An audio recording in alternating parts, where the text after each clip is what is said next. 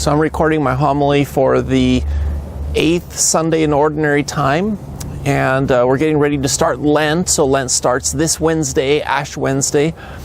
And so I'm going to tie in a couple connections between the Gospel. And so the Gospel this weekend is we're continuing through the Sermon on the Mount. And so we're up on a mountain, right? We're up on a mountain, what is it called? Little Mount. So it's right outside Mount Vernon, Washington, but it has a beautiful view. So we're up on the mountain for part of the Sermon on the Mount. Now, the part that we're in today is Jesus is talking about the fact that, generally speaking, with money, there's a very strong temptation to replace God with that money. And he's not necessarily talking about just greed, but he's talking about what we put our trust in. And so the bulk of the gospel today actually is about anxiety. It's about worrying. It's about, what will we eat? What will we drink? What will we wear? What will we do this? Will we be able to pay all our bills? Will we be able to afford this vacation? Whatever it is, we have a natural tendency to say, money will solve my problems. Money will make me secure. And when that happens, it becomes mammon. And so mammon is the biblical word for money when it becomes almost this other God that we put our trust in instead of in God. So just to back up a little bit, so we're getting ready for Lent.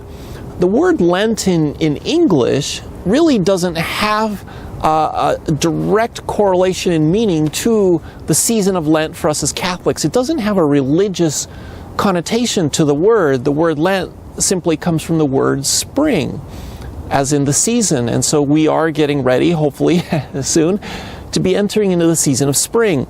Now, I think there's a great connection, because in spring, in my opinion, spring is a violent season.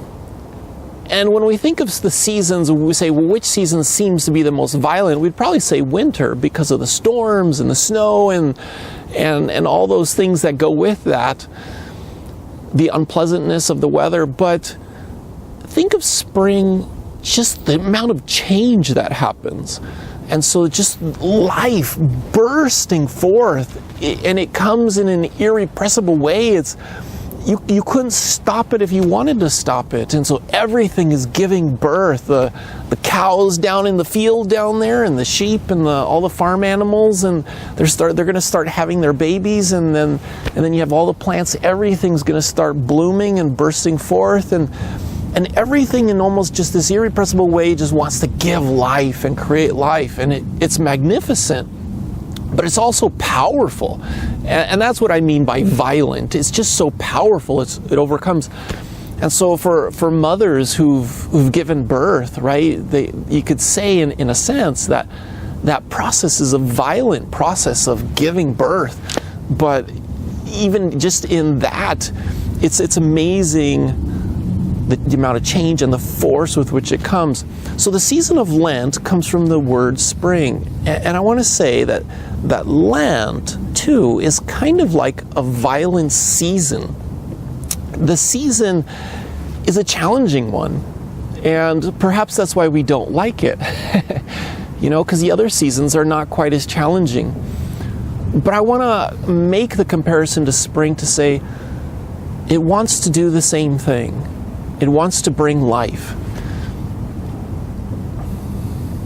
It wants to bring life.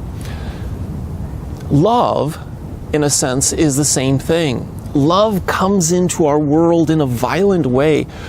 When true love enters the world, it destroys the darkness that is around it. And so in that sense, it is violent. It seizes everything.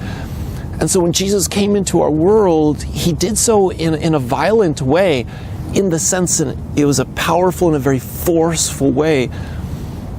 Can you count how many times in the Gospels that Jesus, when he enters into a situation, he just seizes control of the whole situation, and his actions, his words, everything that he does completely mesmerizes the people, and it's irresistible. And even when people resist it, they find themselves at odds with it. And so it's kind of like who are you going to trust? God or mammon? Who are you going to trust? God or something else? So when love embodied as a God embodied in love comes into the world, it forces us to choose. So I'd like to say that the season of Lent, I think, is in a sense that it's being forced to choose.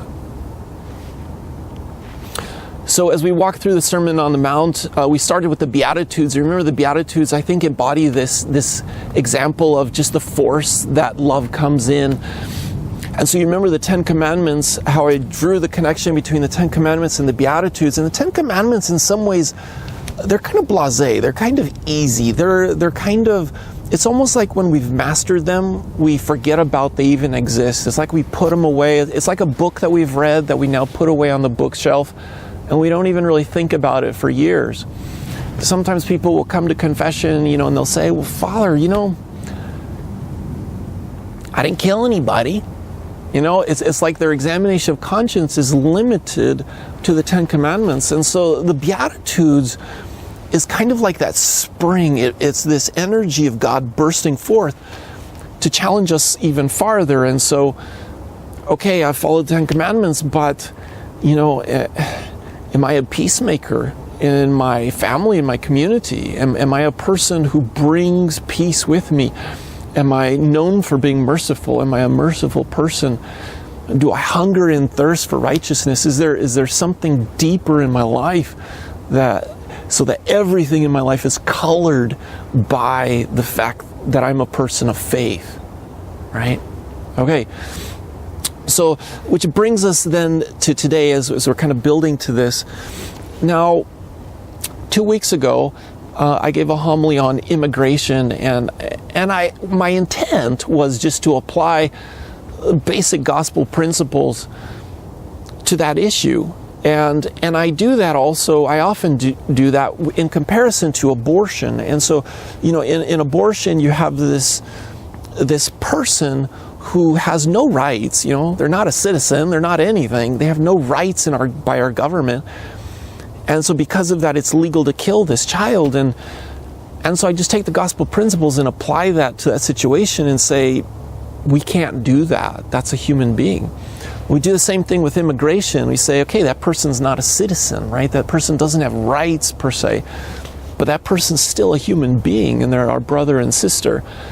So that was my intent anyways. Well, I got a few people at least a little upset or in disagreement with me, and so one gentleman came up to me, and I think I mentioned this before last week. He came up to me and he said, Father, do you lock your doors in your apartment? And I responded by saying, yes, I lock my doors. And he was like, well, why do you lock your doors? And well, because I don't want somebody to come in who has bad intentions to steal or kill or anything like that, right? So I lock my doors.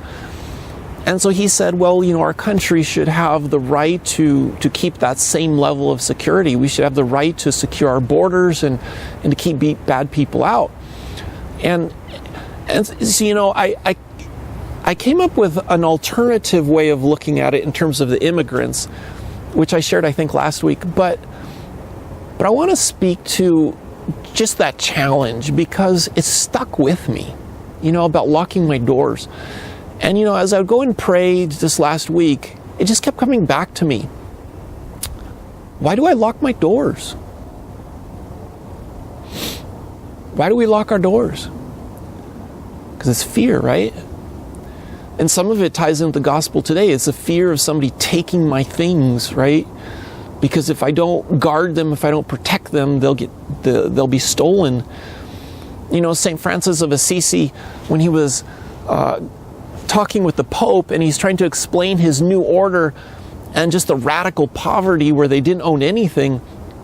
And so he's having this conversation with the Pope, and the Pope is saying, look, Francis, you can't do that. That's not possible. It's not possible to not own anything. And so they kept going kind of back and forth. And so finally Francis, he said, if I own something, then I have to defend it. And he didn't want to have to do that. And so I thought that was a powerful example. Is when we own things, we have to defend them. And so we start locking our doors. But as I was praying with it and kept sticking with me, I was thinking to myself, now what if? So just imagine for a moment, Pope Francis comes to the world before Lent, and he says, all right, Catholics, all Catholics for Lent will give up locking their doors. Right? You can't lock your doors on your home. You can't lock your doors on your cars. How would that change us? Now, I think it would probably make us scared, probably make us nervous, right? We'd probably take a closer look at how we have our homes and protect our children and everything like that.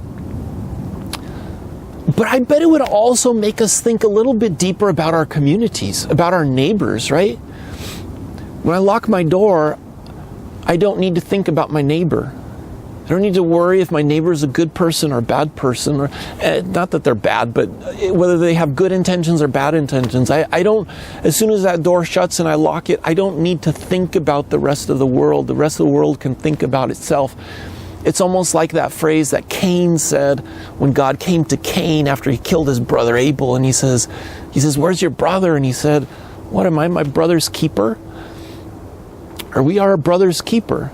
Right? Do we care about our brothers? Do we care about our neighbors? So I went to spiritual direction this week, and I proposed to my spiritual director. I said, I think I'm going to give up locking my doors for Lent. And you know, he's a great guy. He's not one to back down from a challenge, and so he said, go for it. That sounds great. So as I say that, I want you to think about it. Not locking your doors at night, but just the principle that I need to think more about my neighbors, because maybe the security I think I have is actually a false security. It's a fictional security. It's one where I've locked out people. When as Christians, we're fundamentally missionary. We're not supposed to be locking out people. And so maybe by doing that, I've actually in some ways locked myself in rather than locking out the world. I've isolated myself in doing that. So it's just something to think about, that maybe this Lent can be an opportunity for us to see love of neighbor as something that needs to stretch me beyond my normal boundaries. And you know, look at our neighbors, right? I want to offer a little story. I made up this parable, but I think it illustrates this a little bit. Also, one of the little challenges with our culture. So I want you to just think for a moment, just pretend for a moment that you have this young man who's in college, right? And he's doing well for himself, and he's getting good grades, and he's succeeding. But he's got a lot of time on his hands when he's not studying, and so he likes going for hikes. And around here, there's plenty of places to go for hikes, right? And he loves going up to mountaintops. He loves going out where he can just have a beautiful view of the whole valley, of the whole area, and just to see the beauty of creation.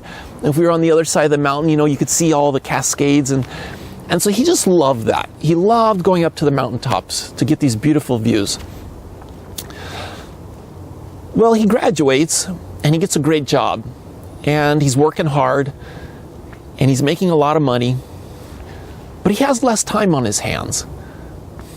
And so he starts getting frustrated because he can't get out to the mountains the way he used to when he was a student. And you know, he misses interacting with people on the trail and going hiking with his buddies and all those things.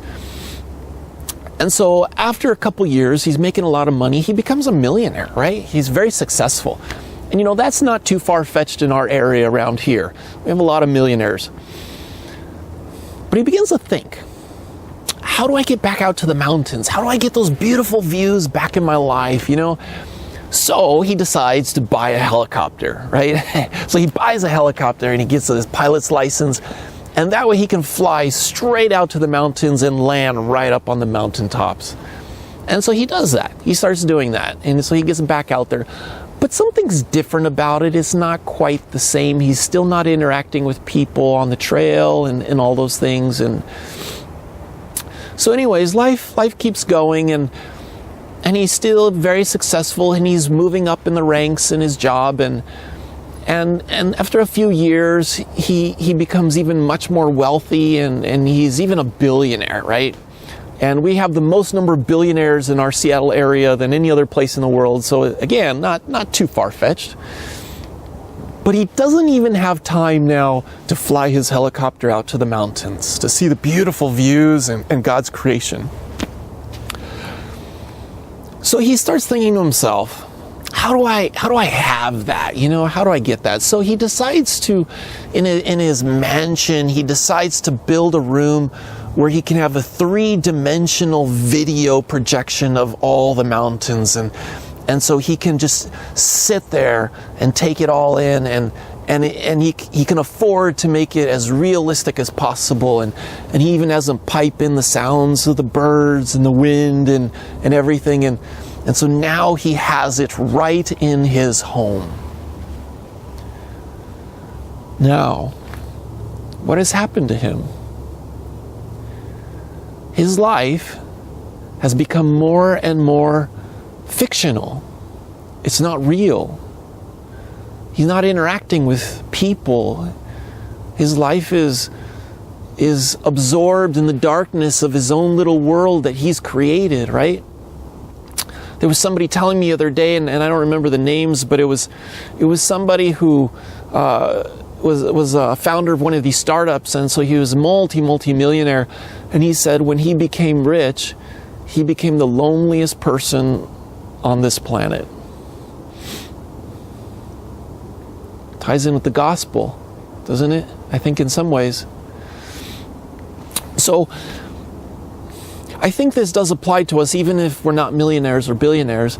I think there's some elements to this. Just think about our life.